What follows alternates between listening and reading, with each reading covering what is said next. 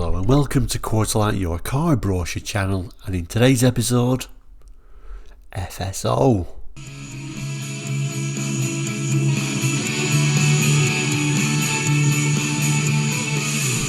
Hello and welcome back. If you're new to Quarterlight, we're a car brochure channel here on YouTube, looking at car brochures from around the world for the 60s, 70s, 80s and 90s and sometimes beyond that as well. So if you're interested in cars, car brochures, looking back at cars gone by, really all about the memories, then please do consider subscribing. It is all completely free. Anyway, this particular episode was first aired on a Tuesday.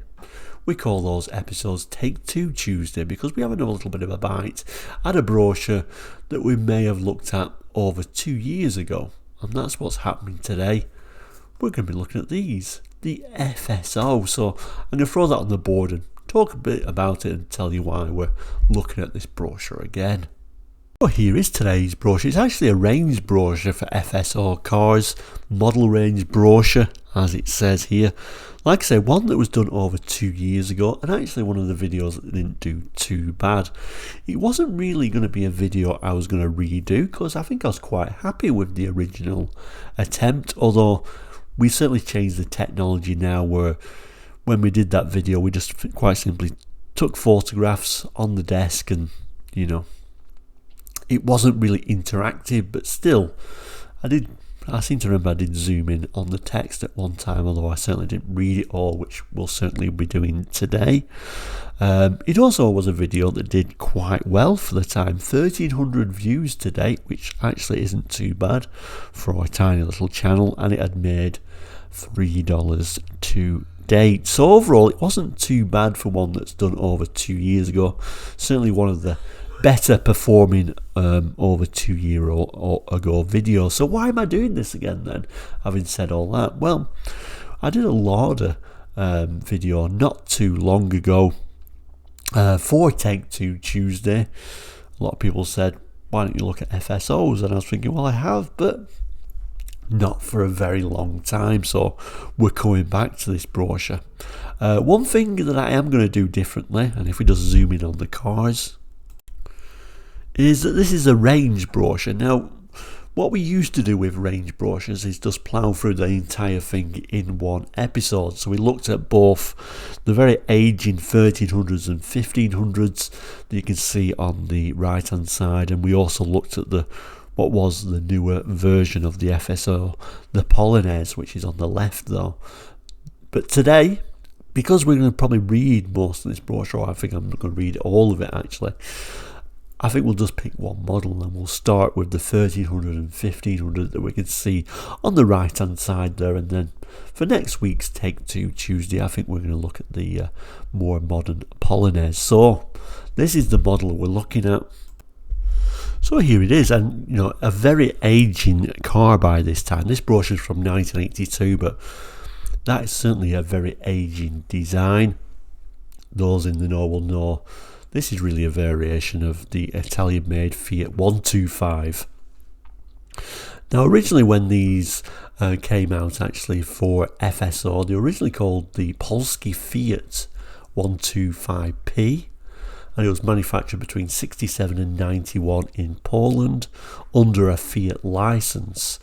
Now, actually when that Fiat license ended, FSO continued building these, and they was just quite simply called the FSO 1300 and 1500 using the Fiat 1300 and 1500 engines. So you can imagine by 82 this wasn't pretty much an ancient car. Can you imagine them doing that today? I mean, the Fiat 125s go back to 1967, so this is 82 now, don't forget, and they ran only until 1972 as a Fiat. I mean, can you imagine doing that today? Well, in reality, you couldn't do that today because you've got all these sort of regulations for emissions and safety, etc. So this could never happen today, in some ways, unfortunately. But if you liked older cars, you could buy an older car which was essentially a brand new car, which was an unusual idea for sure, but it was very much in that sort of bargain basement category in the UK. For the first time you may be able to afford a car. You had choices, the FSO, maybe a Lada, which we looked at very recently, or even a Skoda. Although I always used to find that Skodas and Ladas, a lot of jokes in the 80s about Skodas and Ladas. FSO seemed to escape that for whatever reason, I guess because maybe there was less well known and maybe the comedians have never heard of them. I don't know, but there it is, the FSO 1300 and 1500, and indeed you could also get an estate version, and there was a pickup as well, and we'll see those in this brochure today. One thing to note, and we will be looking at the estates, I don't think Fiat ever did an estate version, so that was unusual, and I think that also won an award, Estate Car of the Year 1978 in the UK. Strangely enough, I don't know how it won that award, but it certainly did. Anyway, going back to the brochure, if we move down, we've got a little bit of a thing here, FSO cars. The right cars at the right prices. Let's turn and have a look at these very simple FSO 1300s and 1500s. So we turn the page, a lot of text on this side, and then we've got pictures of 3 cars in not the sharpest photography unusually, a little bit of a dim image showing the 1300, the 1500 and the 1500 GLS. You kind of, I'm going to say luxury, but that's probably pushing it a bit, but the FSO with a few extras on there. We'll read the text here, we'll come back to the images. So it starts by introducing FSO in general, and remember we're not going to look at them all today, we're just looking at the 1300s and 1500s today, but it starts by saying you're about to be introduced to FSO cars, a range of 6 models from Poland's largest and most advanced car manufacturer. FSO has been building cars since the early 1930s, when they first began their policy of technical cooperation with Western European manufacturers. The policy has resulted in FSO cars having a sophisticated production line that benefits from over 50 years of dealing with the West. But this sophistication isn't just confined to the production line either. FSO cars also employ some of the most modern and up-to-the-minute quality control techniques available today. To make doubly sure that each car reaches you in the best possible condition, the UK importers of FSO cars have opened a special pre-sales service centre at Sheerness, the first port of call for every FSO entering the country. The centre is fully equipped and staffed by highly skilled and specially trained personnel whose job it is to check every single car. It's a job they don't skimp on. Each car is put through a really strict quality control system, including a minimum of 215 checks and adjustments, in addition to a very thorough inspection of the body, all mechanical components and the entire electrical system. All these measures mean that the cars reach the dealers in absolute tip-top condition. And, as if that wasn't enough, each dealer will also carry out his own normal pre-delivery inspection. Once your FSO is on the road, your local dealer should be able to keep it there for as long as possible, thanks to an excellent parts service. Over £2 million worth of them are kept constantly in stock at the importer's modern warehouse in Kent. On average, that's equivalent to a 12-month supply, so there's no worry about them not having any in stock. And really this is all about, in the UK early 80s you probably would have been a little bit hesitant of these bargain basement cars, and your friend might say, no, you're never going to get parts for them. I think that's trying to quell that fear. There's also available at extremely short notice, thanks to a computerized order and dispatch system. In fact, the only problem you're likely to encounter is which model from the FSO range you should buy. There are 6 to choose from. Firstly, there's the FSO Saloon, a spacious 4-door 5-seater that's available with a choice of 1300 or 1500cc engines. For those requiring a higher standard of luxury, there's also the 1500 GLS. If practicality is all important, there's the roomy 1500 Estate or the tough and dependable FSO 1000 weight pickup. And then it starts talking about the car that we're not going to look at today, the Polonaise, telling you it's a luxury four-door saloon. But moving down, it tells us unfortunately the prices won't make your choice any easier, because if there's one thing FSR cars do believe in, it's giving you a lot of car for very little money. Every model comes with a very high level of equipment, including a laminated windscreen and dual circuit servo assisted brakes with discs on all four wheels. The 1500 GLS saloon also boasts a radio, a vinyl roof, how very 70s, and cloth upholstery amongst its standard equipment, while the Polonaise comes complete with a 5-speed gearbox, all of which makes the FSR range the most spacious and highly equipped cars available at the price. Each car comes with a 12-month warranty, plus a further 12 months on major items such as the engine, gearbox and back axle. In both periods of the warranty, the mileage is unlimited.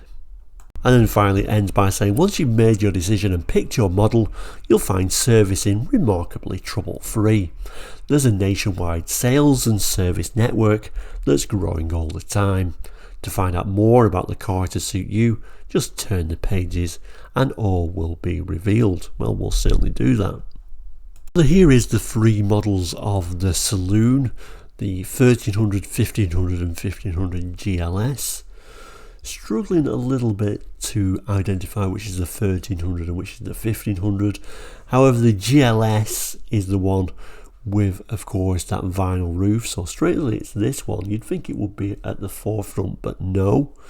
It also tells us that this GLS version is wearing alloy wheels, telling us that is a cost option, so that's quite unusual. And it looks like it's got some kind of like lower graphics of some description there as well. Interesting. Anyway, let's turn the page and learn a bit more. And then we turn the page and we have a look inside, and actually on the inside I don't think it looks too bad even for 82. We've got head restraints. Ford was always a little bit mean about giving you head restraints, but this bargain basement car is happy to do that. We'll have a look at the text, which will probably tell us a bit more about it, then we'll come back to these lovely images. It tells you, as you can see, the FSR saloons come in many versions, so whatever your particular needs, there's one that should fit the bill. The 1300, 1500 and 1500 GLS all feature the same well-tried and tested design. 4-door, 5-seater body with room for the whole family. Talking of room, there's also a truly cavernous boot. Luxury is another thing that FSR aren't short on. Take a look at the interior of the FSR saloons and estate range. They've got just about everything you could wish for. Fully adjustable and reclining front seats with headrests, deep pile carpeting, cigar lighter and even door open red warning reflectors on all 4 doors. In addition, the 1500 GLS also has cloth upholstery, a vinyl roof and a radio, all as standard. The FSO range doesn't lack for anything on the mechanical side either. The 1300 and 1500cc engines are both designed to produce maximum power at comparatively low revs, ensuring reliable, trouble-free service. All models have servo-assisted dual braking circuits with disc brakes on all 4 wheels, which provide plenty of stopping power when you need it. And the features don't stop there. The gear change is smooth and positive. There are electric washers with adjustable intermittent wipe, not to mention a comprehensive range of warning lights and easy to use fingertip controls. If you like luxury of the FSR 1500 but you need even more room, then the Estate is the obvious choice. Its fold down rear seats and wide opening tailgate will swallow just about anything. In total, There's 46 cubic feet of usable space. For sheer rugged practicality, the FSO 1000 weight pickup takes a lot of beating.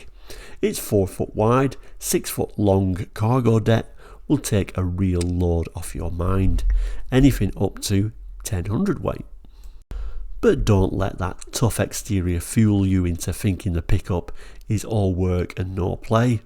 The interior is as inviting as the FSO 1500 saloon. So here is that boot section. Also rather nice to see some of the badging. FSO over this side, and then over the far side it's telling us this particular example is the 1300, a very simple little decal. And then if we move to where the registration plate is, there is our simple little, I think that says 125p, surely. It looks like 123p there, doesn't it? Let me just zoom in a bit more. But yeah, it must say 125p. I think it's a bit of an optional illusion. And then underneath there, the little 1300 badge. But no doubt about it, it is quite a big boot actually for the size of the car. I guess the only problem is, because it's an older design, you've got quite a high lip to put anything actually in there.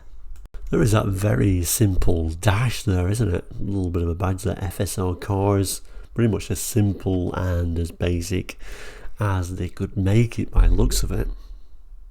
I think all these images are for the most basic one. We can see these aren't cloth seats, there must be vinyl on the lower spec model, but I quite like them. They've got a full door card on the doors there, and probably quite a hard wearing seats and headrests. And like I say, at this time not everyone was throwing headrests on their cars. And then the main image, I think the main image may be the highest spec one then, because they do look like the cloth, don't they?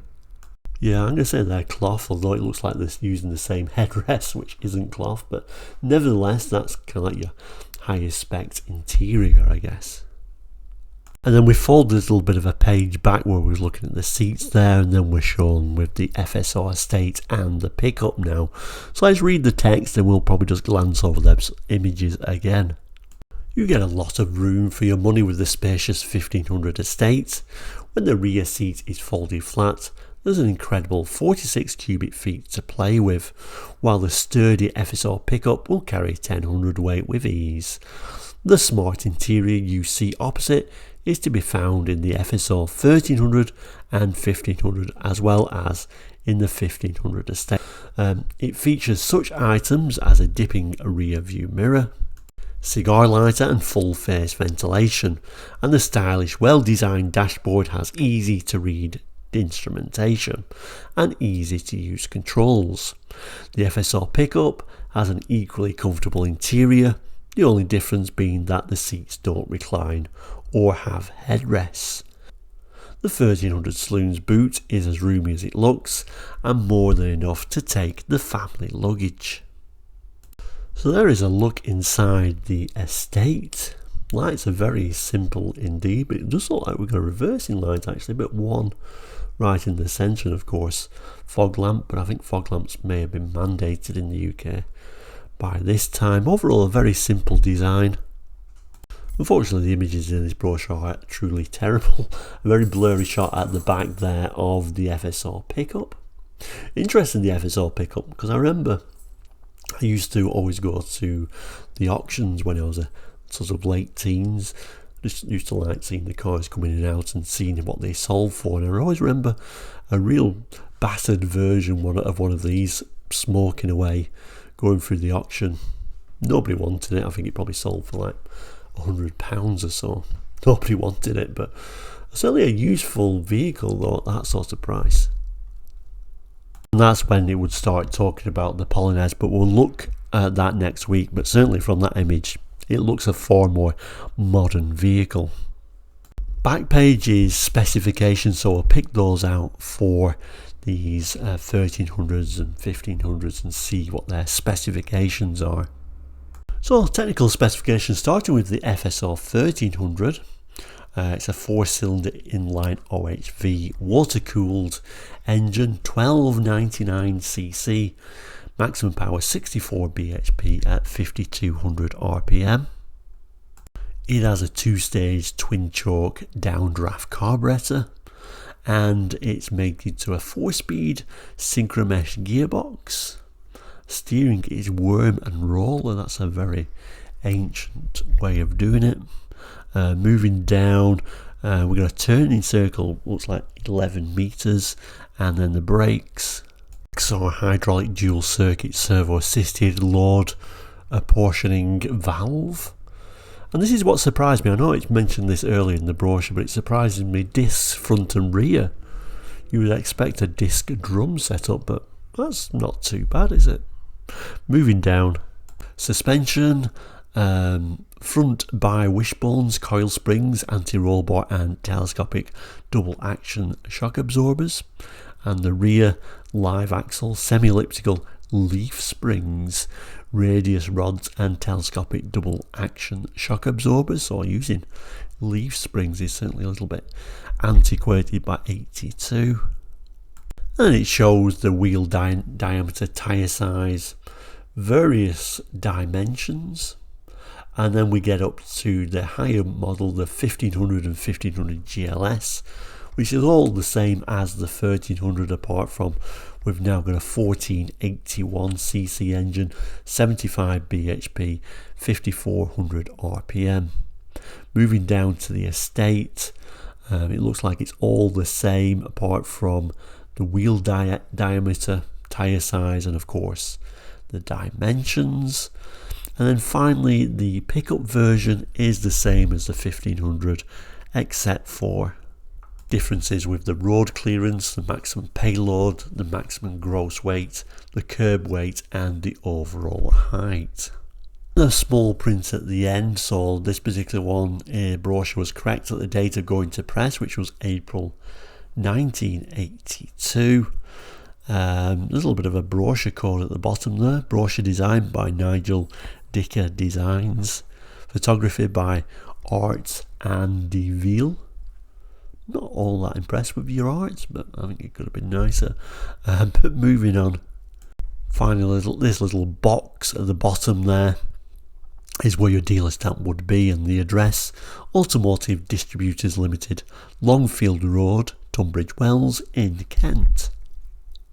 So I guess the real question is, if you're looking at these budget vehicles, which model would you have got? I always preferred the estate versions actually, so I guess the nearest thing to this of course would be Lada. That would be a very budget cars, of course, estates based on Fiats. Which would you have gone for really? I think I probably would have gone for the Riva actually. I preferred the overall design of it, and I don't know, I just would have preferred a Lada Riva. I quite like these, despite all the jokes. I quite like them. I think these possibly a little bit cruder, I don't know. I've never tested them back to back, but let me know in the comments which one you would have chosen. I would certainly say today the FSO would be a lot rarer today though. I don't even know, are there any on Britain's road today? You tell me. I'm not sure what the status of these cars were, but I think the little pickup would be a very handy little workhorse to have as like a dusting vehicle to move things around. I would imagine a pretty low starting price for one of those. But anyway, let me know in the comments what you think, and we'll end today, as we always do, by thanking you, the audience, of course, for watching this entire episode. And of course, if you've not done already, please consider subscribing. It is all completely free and certainly helps you find the content. Finally, we'll end where we began, with the front cover of the FSO Polonaise and the very basic 1500s and 1300s. Of course, like I said, next week we'll have a look at the Polonaise, and we'll continue looking at that from this brochure. We'll also add a couple of boxes on here now, and that'll take you to other episodes that you may have missed. I'll probably put the Lada one on there because I think that most closely matches for these budget cars. Of course, you had Skoda as well. I think Skoda was a bit more expensive, but out of the budget cars, Skoda was always my favourite, despite all the jokes. But like I say, let me know what you think in the comments. Thank you so much for watching today. please do take care. We'll see you very soon, and goodbye.